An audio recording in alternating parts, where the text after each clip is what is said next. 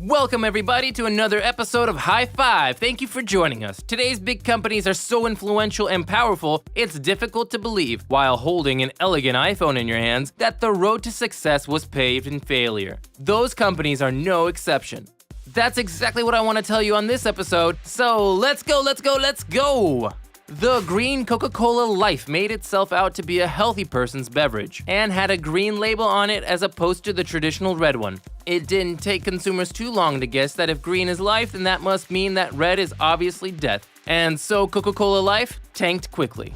The fusion of phone and game console today is a reality, although the pioneers of this endeavor, the Nokia N-Gage, tried to get two birds with one stone but got neither and just ended up failing in both categories. The N-Gage only sold 5,000 models and was an utter failure.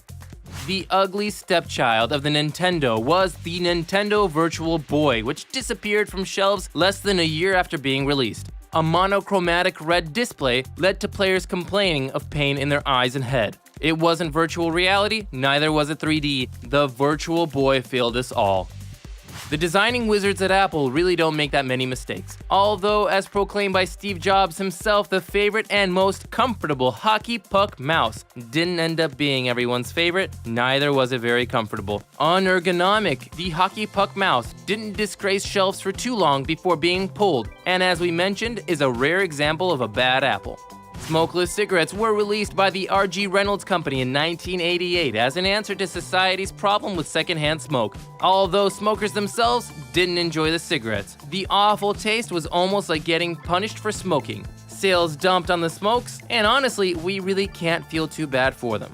The split-screen tablet P by Sony was a cumbersome mistake and lacked compactness.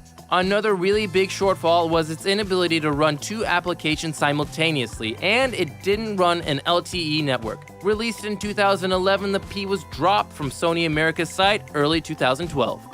Microsoft made an effort to find its own answer to the iPod with the almost recognizable Zune. But with stiff competition from Apple, which held 65% of the mobile music player market, Gates' people took the Zune off production in 2011.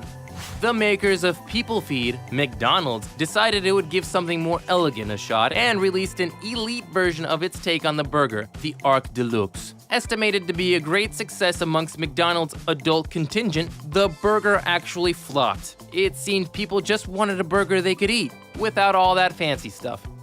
We've got another epic fail from Sony. It was the then epic videotape player Betamax. The whole failure was tied in its format, as cassettes weren't backwards compatible with VHS players. It's a funny thing that only a year before its release, Sony also released its first VHS player. Windows Vista was the greatest failure in our history, was what one of the top managers of Microsoft said. A late release date, high system requirements, horrible compatibility, and totally unreasonable expectations. With the most expensive operating system in the Windows family, all of this together made for a nightmare we're glad is behind us. That's it for this episode of High Five. Please subscribe to our channel and give us a like. We'll never fail you. Ba-ba-ba-ba-ba!